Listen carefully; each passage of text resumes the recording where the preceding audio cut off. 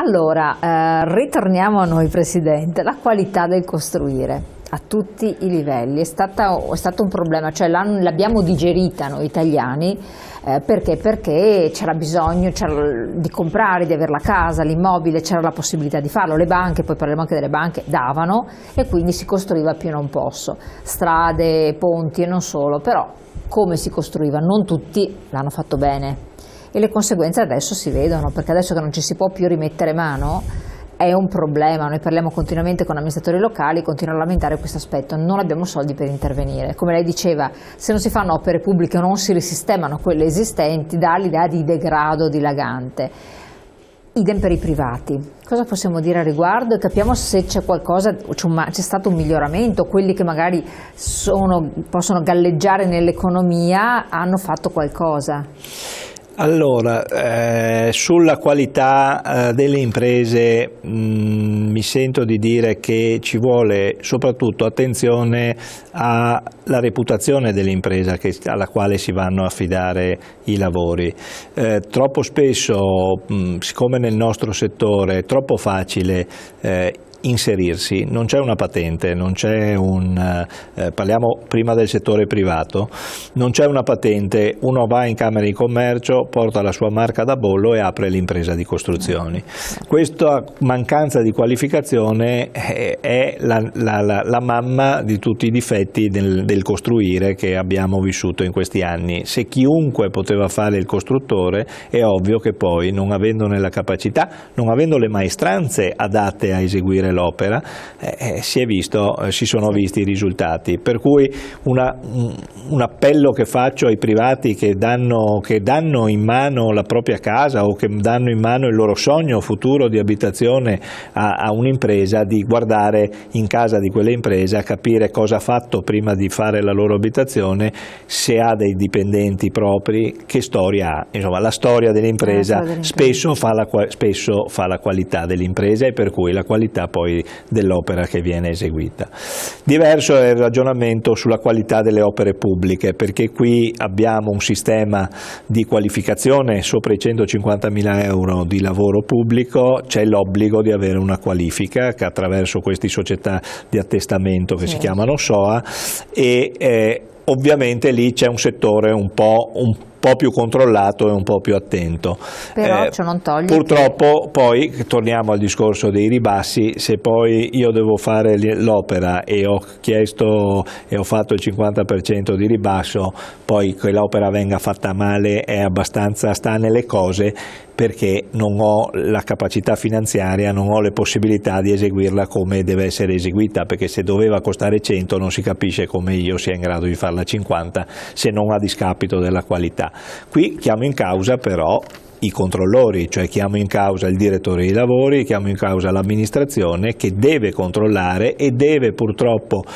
Anche per lei io capisco che deve finire l'opera e per cui tante volte sono costretti anche, diciamo, o portati a chiudere un occhio nell'esecuzione dell'opera pur di avere l'opera, pur di avere la strada. Però bisogna dare un taglio a queste cose, cioè chi ha detto che fa quell'opera con quel prezzo deve farla come va fatta e poi se non ci sta dentro, oggi non abbiamo più le risorse per poterci rimettere le mani e non era corretto prima, non doveva essere fatto come è stato fatto fino ad oggi, ma ad oggi proprio non si può più, non abbiamo più le risorse come sistema paese per metterci di nuovo le mani, per cui le cose devono essere fatte bene fin dal primo giorno e chi è capace deve farle bene e deve farle al giusto prezzo. È un cambio epocale che lentamente noi come ANCE stiamo spingendo per far sì che i nostri associati si rendano conto di dover cambiare anche loro il comportamento, perché non dico che i nostri sono più bravi rispetto a degli altri, ci mancherebbe. Il però problema... devono recepirlo. Vediamo un attimo cosa dice questo messaggio. Il problema è che chiunque possa fare il costruttore è un problema generale. Io che lavoro in ambito musicale è uguale e spesso la concorrenza lavora al ribasso e al di sotto del costo reale pur di prendere lavoro. Anche per voi? Esattamente così, infatti se non c'è, soprattutto sul privato, ripeto, perché sul sistema di gare e sul pubblico è un po' diverso, ma sul privato troppo spesso il privato va in fondo all'ultima pagina dove c'è scritto il totale e guarda solo il totale e dà il lavoro a chi costa meno.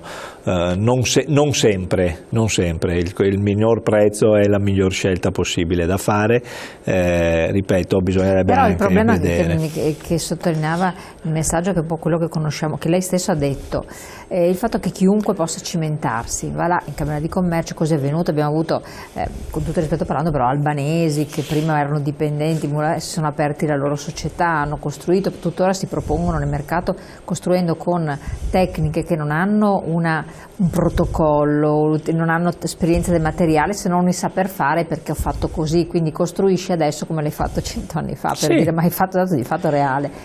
Quindi non hai la competenza per poter scegliere l'azienda che ti fornisca quei materiali perché non li conosci, non hai la preparazione. Insomma è un mondo talmente delicato in realtà e importantissimo, perché costruire male vuol dire che quando c'è un evento idrogeologico e ci capita con frequenza, anziché tellurico, un terremoto, ci casca addosso, ci sono morti, migliaia di morti, l'abbiamo visto in certe regioni del nostro paese. Bisognerebbe forse creare un qualcosa, quindi la possibilità di fare se sai fare. Indubbiamente. Fa chi può, ma ci dovrebbe essere comunque una selezione, perché il cittadino le dice informarsi dall'impresa è difficile, non è facile. Che cosa ha fatto? Ma come fai se non sei addetto ai lavori? Perché chi acquista, chi commissiona non ha esperienza. Magari l'essere iscritto a qualche cosa ti può aiutare, no? Beh, sì, indubbiamente, noi come ANCE avevamo chiesto più volte l'albo dei costruttori anche privati, cioè non solo la qualificazione che dicevamo prima sugli appalti pubblici, ma anche sugli appalti privati, proprio per venire incontro ai cittadini che hanno queste problematiche. Purtroppo per varie pressioni di varie categorie non si riesce a ottenere questo albo dei privati. I privati più evoluti, parlo di magari investitori o gente che costruisce alberghi, condomini interi, cioè investitori immobiliari ultimamente tendono a controllare se l'impresa ha anche questo tipo di certificazione, chiamiamola SOA, se ha il certificato di qualità, se rispetta le norme della sicurezza. Diciamo che ci sono dei paletti abbastanza anche facili, poi chi non ha un amico architetto? Sono quasi tutti in Italia architetti, mi passi la battuta. Farsi consigliare, sentire, vedere, insomma, in fin dei conti chi costruisce una casa, ripeto, il cittadino che si fa costruire una casa mette in mano a una persona il proprio futuro, il futuro forse dei propri figli, e per cui deve porci attenzione, non deve farlo assolutamente con leggerezza, e per cui ci vuole un impegno anche da parte sua nello stare attenta. Io credo che anche gli uffici dell'ANCE stesso possono essere a disposizione per aiutare a scegliere le imprese. Paghi poco oggi per pagare il doppio domani, il risparmio paga male, ed effettivamente anche questo. Quindi forse la certificazione energetica, adesso anche lì entriamo in un ambito che va spiegato bene, può aiutare, ovvero l'impresa che costruisce in classe A++, A, che dir si voglia, eccetera. Se questa è una vera classe energetica, quindi imparare a capire come, ed è un'impresa seria, è un investimento che vale la pena di fare?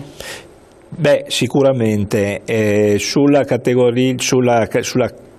classe energetica poi e sui certificati della classe energetica si apre un mondo abbastanza particolare. Bisognerebbe anche qui che ci fosse molta serietà da parte di chi rilascia i certificati, ovvero se c'è una costruzione e si vuole un certificato serio, la certificazione deve avvenire man mano che la costruzione viene, e l'ente certificatore dovrebbe recarsi in cantiere a verificare che poi vengono eseguite effettivamente le opere come è previsto per ottenere quel certificato. Mi ricordo, ripeto, quella trasmissione dove eravamo qui insieme, c'era Casa Clima. Ecco, Casa Clima è un ente certificatore sicuramente serio, molto attento, il quale viene durante la costruzione a verificare la costruzione. Quindi e pertanto rilascia un certificato vero, reale, che è effettivamente un dato importante. Perché però sono privati e quindi... Però diciamo di tipo volontaristico, esatto, cioè deve essere l'impresa che li chiama o il costruttore, l'immobiliarista, esatto, che li chiama. Il cittadino che va ad acquistare una casa deve vedere se questo certificato ha una rispondenza anche di un certo tipo. Capisco che qui si apre un tema abbastanza complicato, cioè effettivamente per un privato cittadino capire se la certificazione è vera o no è abbastanza complesso e difficile da... Anche qui ANCE aiuta, cioè nella valutazione di chi può certificare l'immobile, perché io immagino anche una persona si trova in difficoltà e dice: a chi mi rivolgo? Dove vado? In Camera di Commercio? Qual è l'ente che mi può aiutare? Ci vorrebbe una certificazione DOP come per i prodotti agricoli. Però è vero, no, ma è vero, perché avevamo appunto occasione di avere chi certifica la DOP, è un ente, certo, tu hai quel prodotto, va bene che non ci sia una truffa, vabbè, un reato, la commissione di un reato, qui l'altro discorso, però sai che effettivamente quello è certo. Qui l'ANCE fa qualcosa, cosa può fare il cittadino? Beh, sicuramente noi avevamo, poi sono queste idee che partono all'interno della nostra associazione, questa cosa del DOP è una cosa, un bollino, una sorta di bollino, esatto, qualità delle costruzioni. È sempre difficile autocertificarsi, no, però bisognerebbe avere un ente certificatore. Sì. Diciamo che essendo un prodotto sempre diverso, la difficoltà nel nostro caso è avere un ente che certifica un prodotto che è sempre in evoluzione e sempre diverso, cioè il modo di costruire è diverso, gli edifici sono diversi tra di loro, per cui non è così semplice creare un marchio. Noi non abbiamo un prodotto standardizzato, per quanto possibile non siamo così ripetitivi nell'esecuzione. Però l'utilizzo di materiali di un certo genere, ma qui, ripeto, c'è proprio bisogno che tutte le forze in campo, costruttori, architetti, ingegneri, si mettano veramente insieme nell'essere seri nel proporre le proprie cose. Io credo che un cittadino riesce a capire se chi ha costruito, il team che ha costruito la casa, ha fatto le cose come vanno fatte. Credo che sia abbastanza facile individuare la casa ben fatta da persone di un certo tipo, ripeto, non è così complicato e difficile scoprire cosa ha fatto prima l'impresa, cosa ha fatto prima l'architetto. Se l'impresa non è mai esistita o ha fatto male delle cose, si sa, l'architetto di nome si sa, l'architetto serio si conosce, insomma. Trovo che sia meno difficile di quello che si crede andare in cerca. L'importante è non cercare il prezzo, ma cercare la qualità, e questo è un po' più difficile. Esatto. Però è un investimento e quindi vabbè, bisogna valutarlo attentamente. Abbiamo quest'altro messaggio che dopo abbiamo la pubblicità. Alla fine casa sana uguale a salute migliore, filtraggi, antipolline, risparmio energetico, materiali utilizzati, tutto costa, specie se fatto bene, ma poi ci guadagni in salute e alla lunga nel portafoglio. Ecco, qui... averne di clienti come questo signore che ha fatto questa dichiarazione. Ecco, io vorrei però è importante, perché effettivamente noi anche più volte abbiamo parlato di salute, di star bene nell'edificio come benessere generale. È un tema che tocca la sensibilità delle persone effettivamente, perché tante volte gli edifici sono malati, ti fanno ammalare stare all'interno, un dato di fatto. Parliamo anche di questo e anche di strutture poi pubbliche costruite in un certo modo, perché poi il diktat arriva nel pubblico che ha anche certi obblighi ben precisi, quando il privato magari dal 2020 c'è più margine, no, per arrivarci. Vediamo di parlare insieme subito dopo la pubblicità.